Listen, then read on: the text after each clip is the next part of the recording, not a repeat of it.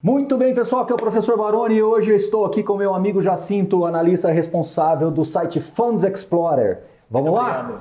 Estamos aqui fazendo aí um rearranjo de todos os fundos imobiliários para vocês, trazendo os fatos mais importantes e hoje nós vamos falar do Canip, que não é índice de preço. Mas antes disso, lembre de nos seguir nas redes sociais, dá o seu joinha, marque o sininho de ser notificado, assine o canal e deixe seu comentário aí embaixo. Mas hoje nós vamos falar então do Canip, não é isso? Exato, Canip KNIP11, que é o que nem é índices de preços.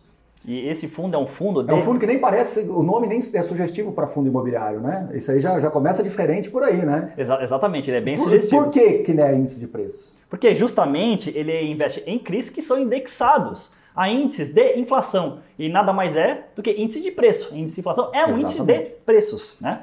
Então, começando com esse fundo, pessoal, ele é gerido pela Kinea. A Kinea é uma gestora de recursos alternativos que engloba, por isso, recursos imobiliários do Banco Itaú, ok? Então... É o braço imobiliário do Itaú. Exatamente, resumindo, é o braço imobiliário do Itaú. Ele tem uma taxa de administração de 1% ao ano e olha só, pessoal, que interessante, ele não tem taxa de performance. Então, o gestor faz a gestão, ele gira a carteira e não cobra nada por isso. Obviamente, pode estar algo embutido aí na taxa de administração, mas geralmente não faz isso. O 1% já engloba todos os custos do fundo. Certo, professor? É certíssimo. Inclusive, é uma tese deles lá de que esses fundos não terão taxa de performance, né? Então, eles entendem que crescem pelo patrimônio, então eles ganham em escala. Tanto que esse fundo tem quase 2 bilhões de reais. Exato. E outra emissão está em andamento, então possivelmente deve chegar em torno de 2 bilhões e meio. Ou seja, está tudo caminhando para que Kinea se torne, fique aí entre os 3, 4 maiores fundos do Brasil. Talvez seja uma questão de tempo para isso acontecer. Bom, você falou que ele é indexado à inflação, IPCA Exato. e IGPM. Exatamente. Não é? Os dois, um tem um pouco mais de volatilidade com o outro, mas no longo prazo meio que eles andam juntos, não é isso? Exatamente. No longo prazo, o IGPM ele tende a se aproximar do IPCA. Tende a se aproximar, não que vai se aproximar, são coisas diferentes. Mas aí entra o que você falou, um perfil mais conservador, então Exato. por isso que eles ficam mais aderentes ao IPCA para ter menos volatilidade, né? Exato. Esse fundo hoje tem 28 CRIs, 28 CRIs na carteira, né? E bastante pulverizado em vários riscos aqui. Né? Lembrando sempre que o CRI, ele tem como natureza o lastro imobiliário, mas ele é uma antecipação de fluxo para quem ofereceu o crédito aqui, correto? Exato.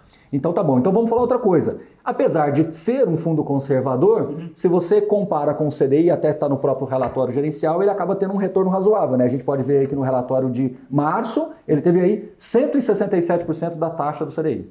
Exatamente, ele tem uma taxa bastante interessante aí, obviamente, como ele tem também, além do IPCA, ele tem um pouco de Selic, então ele consegue se destoar um pouquinho do Selic, que por sua vez segue a taxa DI, que por sua vez segue a taxa base da economia. Então ele consegue se destoar um pouquinho e ter uma performance um pouco melhor que o CDI, na verdade muito melhor do que o CDI. Lembrando que é um fundo um pouquinho mais conservador, no entanto, isso não quer dizer que o próximo rendimento vai ter a performance igual, mas nesse mês, no mês passado, foi bastante expressiva a performance. Exatamente, inclusive as pessoas que nos acompanham podem entrar e consultar os próprios relatórios do Kinea, que são bem simples e objetivos, né? Bem simples e objetivos, que tem inclusive uma tabela mostrando desde o IPO, né? Desde o começo do fundo, os retornos comparando com o CDI, né? Bom, uma coisa importante também de comentar é a liquidez do fundo, né? O fundo está crescendo e também ganhando liquidez. Então a liquidez média aí por volta de 1,7 milhões de reais por dia aí com base no relatório de março. Então os fundos já começam a ganhar espaço. Bom, uma coisa importante que eu queria saber aqui, ó, a taxa média dele é em torno de inflação mais 7%. Aí nós, então, tiramos os custos do fundo, que é de 1%, ficaria em torno de inflação mais 6%. Isso com base no valor patrimonial da cota. Exato, não é patrimonial. isso? Inflação mais 6, num cenário de títulos públicos, pagando líquido, inflação mais 4, um pouquinho menos, acaba se tornando um fundo que chama a atenção do mercado pelo fato de ser um risco de crédito, um baixo risco de crédito. Ele acaba chamando a atenção do mercado, por isso que ele vem ganhando espaço. Da sua opinião? É exatamente isso, porque é o seguinte, quando a gente compara fundo imobiliário com um título de crédito público, no caso do Tesouro Nacional, a gente tem que ter em mente o seguinte, como se trata de um título privado, ele deve pagar mais, porque é o seguinte, ele tem mais risco do que o Tesouro. Então, essa diferença em relação ao Tesouro, ela deve ser bastante comum para os fundos imobiliários e o investidor deve procurar essa diferença, porque isso é o crucial, esse é o diferencial dos fundos imobiliários. E para finalizar, como é que o Kinea consegue tudo isso? Eles fazem o que a gente chama de operações exclusivas. Ou seja, as negociações para se estruturar um CRI desse é feito dentro da mesa do Kinea.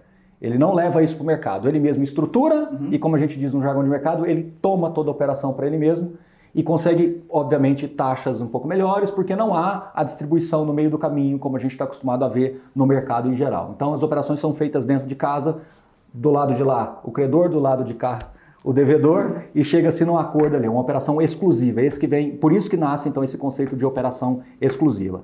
Certo? Exato, professor. Muito obrigado pelo convite. Vamos até o próximo vídeo. Pessoal, muito obrigado. Lembre de curtir e comentar embaixo para a gente se ver no próximo, tá bom? Valeu! Tchau, tchau.